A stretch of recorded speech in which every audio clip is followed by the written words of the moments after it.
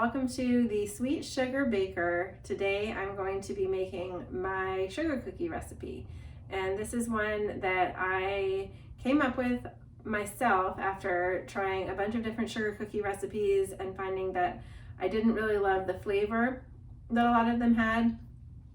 I have a sugar cookie cutout recipe that my family has used for my whole life, that we always use for Christmas sugar cookies that we decorate at Christmas time, and I love it.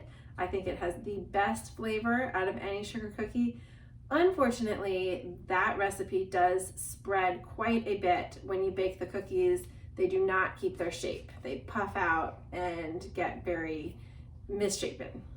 That's always been a little bit of an issue, but we were just baking for fun at Christmas time, so it didn't really have much of an impact. But this time around, now that I'm doing the Sweet Sugar Baker, I really wanted to have a recipe that didn't spread so much and that would keep its shape with the sugar cookies so that I could decorate them.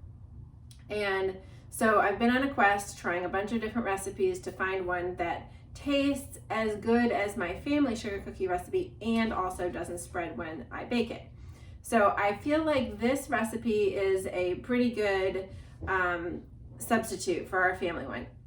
I don't think it tastes quite as magical as my family recipe because it's hard to beat that. The problem is that in order to create sugar cookies that don't spread, you just simply have to have a lot more flour in them because that's what prevents them from spreading. And the flour doesn't have a lot of taste like sugar and butter do. So I didn't want a cookie that tasted like flour, which is what I felt like a lot of the no spread sugar cookie recipes tasted like. So here's my recipe. I will share it with you and we will make it together. All right, so first of all, the ingredients that this recipe calls for is 2 pounds of butter, and I'm using salted butter. It's supposed to be room temperature. Now, I did not plan ahead. I never do. And so this is not room temperature. So what I'm gonna be doing, my trick is that I heat it in the microwave on the defrost setting, which means that it heats it up very, very gradually and at a different rate than the regular microwave heatings. And I find that doing this for a few seconds at a time, and I touch the butter each time, I press down on it to see if it's gotten a little bit soft, and I rotate it around in the microwave each time. And I do that for just a few times, and I find that it makes it just as good as room temperature. Honestly, sometimes leaving it out at room temperature I find makes it even too soft if it's a really warm day. So I think this method is perfectly acceptable. After the 2 cups of butter, we're going to be using a 1 pound bag of powdered sugar. I tweaked the recipe to get it to the point where I can use this because I don't like measuring out powdered sugar. It's kind of a pain and it's kind of messy sticking the measuring cup in here. It gets all messy. So I have changed the recipe to the point where I can just simply cut open a 1 pound bag of powdered sugar and dump the whole thing in at once. So much easier than measuring. Also, we are going to be using 3 eggs, and hopefully that will help keep the cookie dough moist so that it holds together without, creating that spread that you get. 4 teaspoons of vanilla extract. I like to use the pure vanilla extract, which means that the ingredients are vanilla bean extract in water and alcohol. There's no artificial flavoring. This is my favorite. I get it from Costco, so it's in a nice big jar because I go through a lot of it. And the pure almond extract, which is water, alcohol, and oil of bitter almond. That's what the ingredients say. Both real, not imitation. That's my preference. I like the flavor that they have, and I like the fact that I'm not using imitation flavoring. After that, we have 6 cups of flour. And finally, 3 teaspoons of baking powder. And the purpose of the baking powder, from what I've read, is that it helps give the cookies a softer, fluffier texture. So let's get started. First thing that we are going to do is go ahead and heat the butter up in the microwave to make it room temperature. Got 1, 2, 3, 4, 5, 6 seconds. I'm going to take it out. I'm going to flip each one over one time so that they get a little bit more even. 1, 2, 3, 4. Flip them again.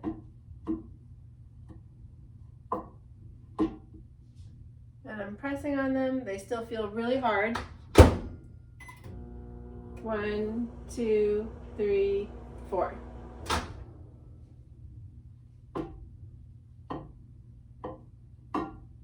They're still feeling hard. So let's keep going a little longer. 1, 2, 3, 4. Now that's my microwave telling me to turn whatever I have in here over, but I'm already doing that. Okay, they're starting to get a little softer. 1, 2, 3, 4. Okay. I think that's it. I think that's it. They're pretty soft. They're still hard, but they're soft enough that I can push my finger in and it leaves a dent, but they're still hard enough that they're keeping their shape. So I feel like that's a pretty perfect amount. So that means there's 9 seconds left on the microwave. So it started out at 30 seconds. We ended up having them in there for a total of 21 seconds on the defrost setting. If you're doing less butter, then it takes less time. But because I had 4 sticks in there, it took a little bit longer. All right, so let's put in cream butter on medium speed with a stand mixer until fluffy. That is our first step in the Sweet Sugar Baker's sugar cookie recipe. So let's give this a try. 1 stick in. And this is a Bosch stand mixer here. This is actually my mom's. I am borrowing it because my stand mixer bit the dust and I haven't yet decided what I'm going to do about that. Will I get it fixed? Will I buy a new one? I don't know. I have another video where I reviewed the box opening of the Cuisinart stand mixer, which I got from Costco. So it was a pretty good one. 6.5 quart, I think 600 motor. I ended up not liking it, so I returned it. I do like this Bosch a lot. It's just, it's $500. So I don't know if I want to buy one, but I like it. Okay, so we have our 4 sticks of butter, which is 2 pounds. Going to lock this in place and the top one as well, which is really nice.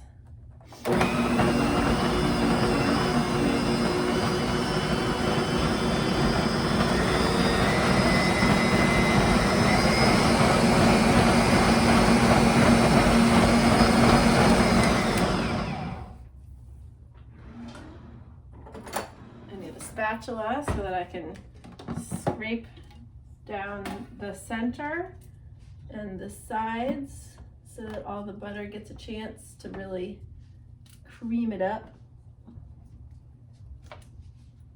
It's already looking pretty fluffy at this point, but I just want to make sure that it all gets as fluffy as possible during this first creaming stage.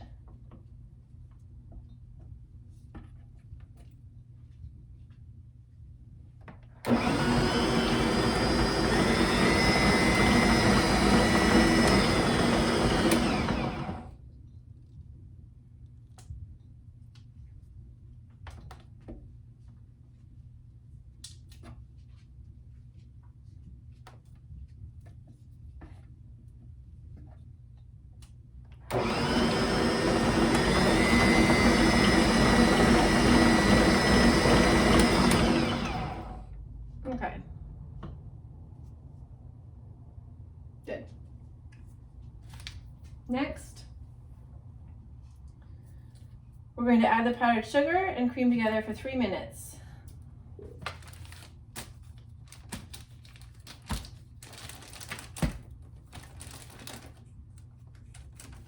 So I'm cutting open my bag of 1 pound powdered sugar.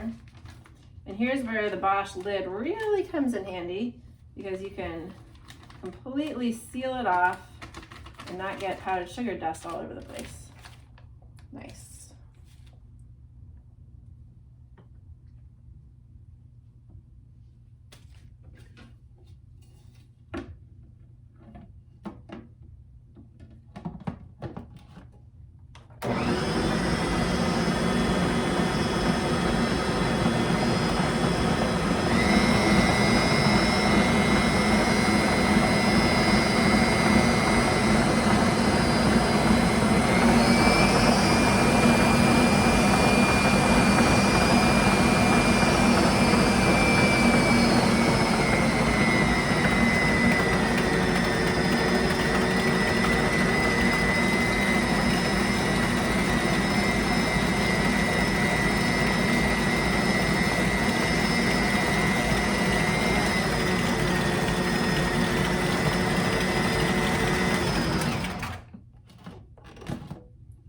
Okay, I'm going to scrape down the sides a little bit.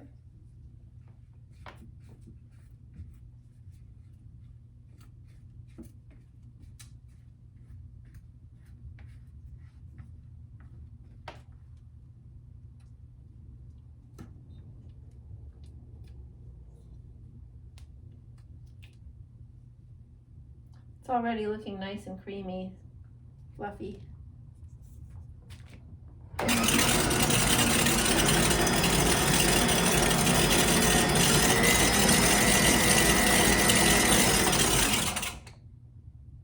Okay, we're going to mix in the eggs, followed by the extracts.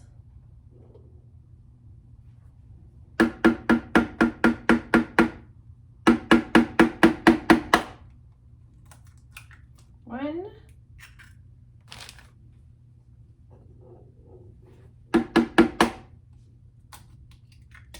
two,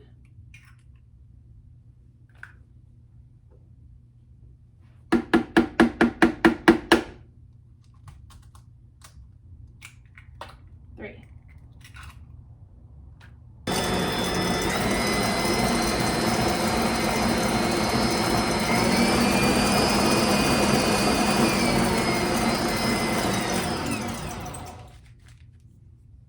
Scrape down the sides. Okay, now we're going to do 4 teaspoons of vanilla extract and 4 teaspoons of almond extract. 1, 2, 3, 4. I'm pretty generous with the vanilla. It does spill over the edges of the teaspoon a little bit while I'm pouring it, and that is okay with me because it adds a lot of great flavor. And then 1, 2, 3, 4. I wish that Costco sold almond extract in bulk as well, because I go through a lot of that too, but they don't.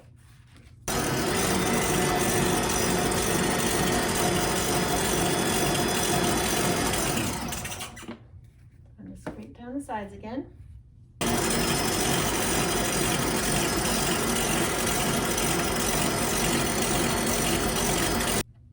Looks pretty well incorporated, nice and fluffy.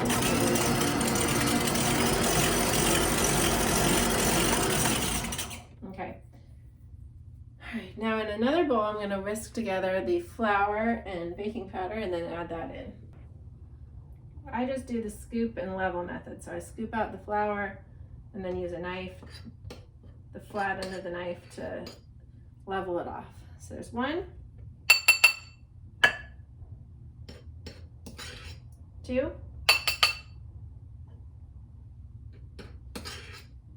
3, 4,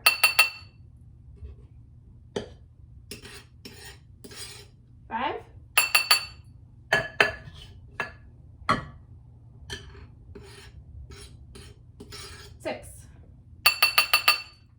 and I did buy my flour in bulk from Costco. They have the nice King Arthur brand, which is a really good brand of flour. Unbleached, all-purpose, and you can get a really big bag, which is perfect because I'm going through a lot of that with these cookies as well.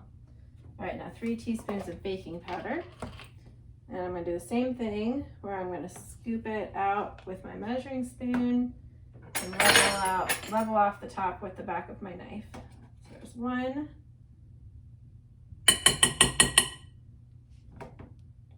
2, and 3.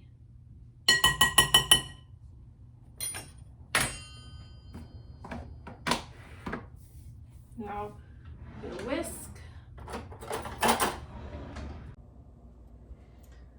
Okay, so I took my sweater off because I was getting a little warm in here. Baking is, you know, lots of effort.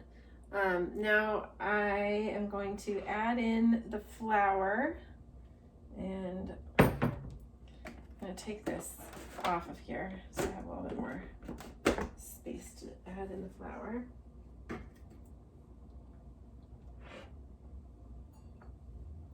I'm going to use my measuring cup so that I can do this without making quite a bit of a mess pouring this big bowl in. I think this will be easier.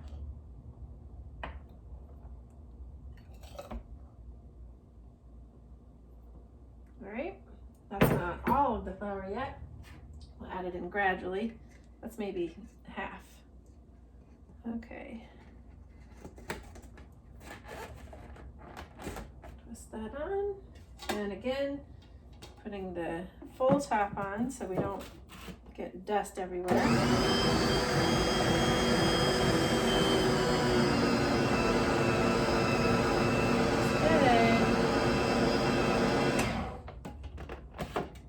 Okay, looking pretty. Mixed in well. Let's add a little bit more flour.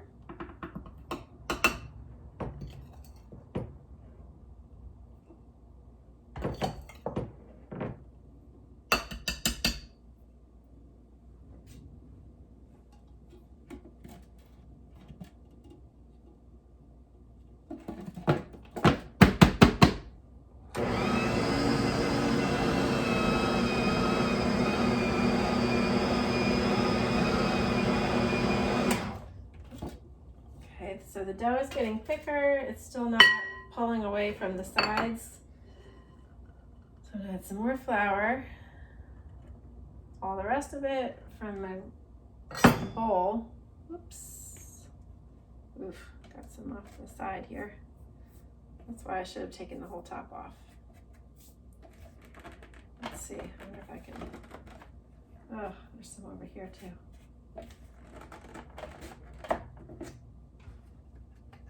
There we go. So it's a little messy. I mean, I think it's unavoidable when you're making cookie dough with all this flour and powdered sugar. It's gonna get a little messy sometimes.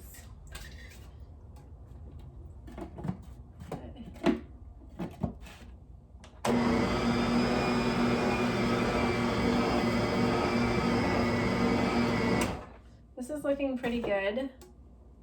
I'm gonna scrape the sides with the spatula. Make sure everything is getting incorporated, but this looks like a pretty good texture. Everything's starting to stick together nicely. Gonna get some of this extra flour off of the rim here. A little bit of dusty flour up on the rim, gotta get that down in there. And let's scrape up the sides and the bottom, and the middle, even this top thing.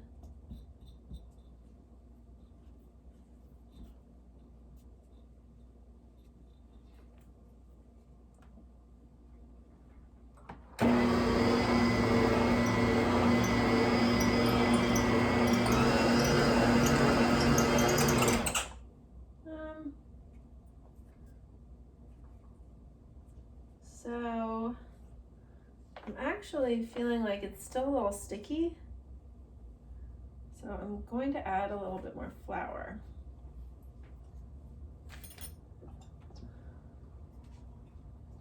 So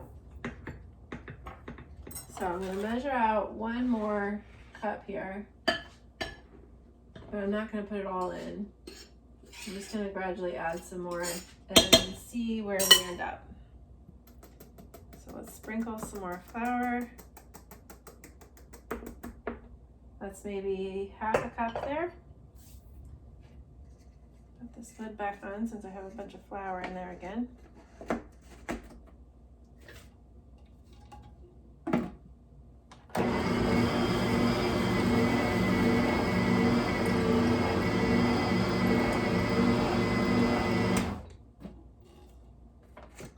The dough is starting to come together pretty nicely. Still feels a little sticky, so I am going to add some more flour here. And that's the rest of my cup.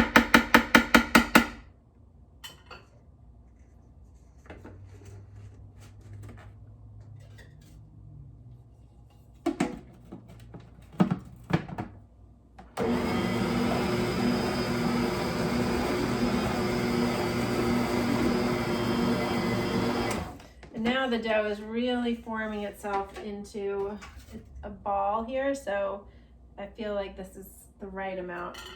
And apparently when you tap the sides, it just all comes off the edge really nicely.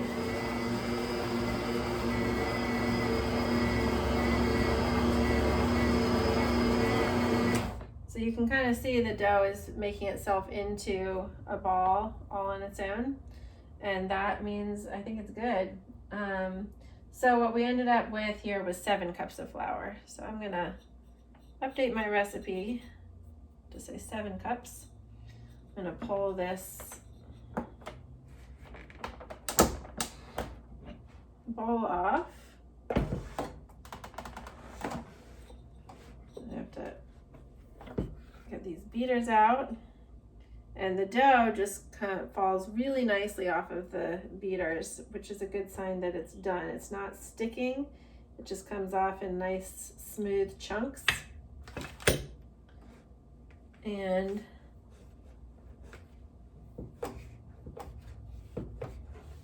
I can pick up the dough, and it's just a nice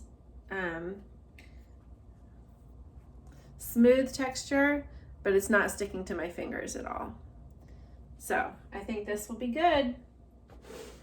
Now what I'll do next is wrap it up in plastic wrap in little discs. So let me get out, I'm just kind of scraping it off this middle part a little bit. Getting it down off of that like center piece.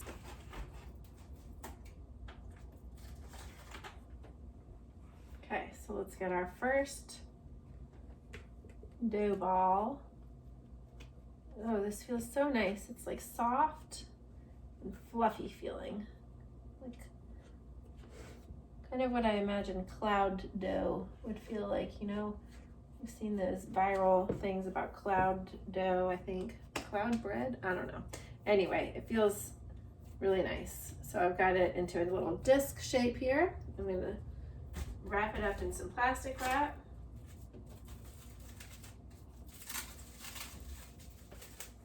There we go.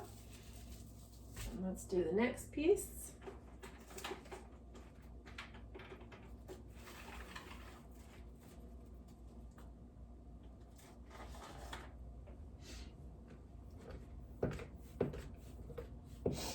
And it really does just come right out of here without sticking to anything, which is great.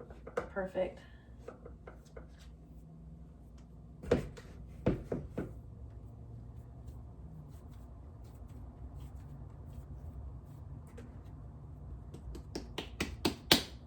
another nice disc going. Wrap that in some plastic wrap. There's that one. And we'll do one more. I think that'll be it. we can get the last one into one last disc.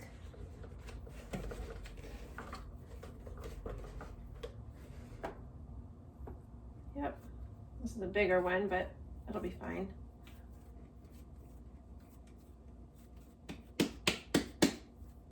Okay.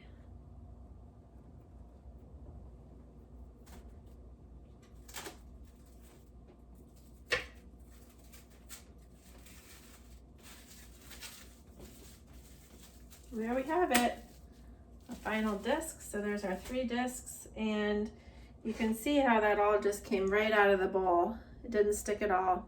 So it's nice and clean, and obviously I'm gonna wash the bowl. I'm just saying, it's not sticky. The texture is good. Okay, so that is it for making the dough. Thank you for following along. I hope this was helpful to you, and I will post the sugar cookie recipe in the comments for, or in the description, I mean, for this video. And thank you for watching the Sweet Sugar Baker. I hope you enjoyed this. If you did, please subscribe to my YouTube channel. And you can also find me on the Sweet Sugar Baker on Instagram and Facebook. Have a great day.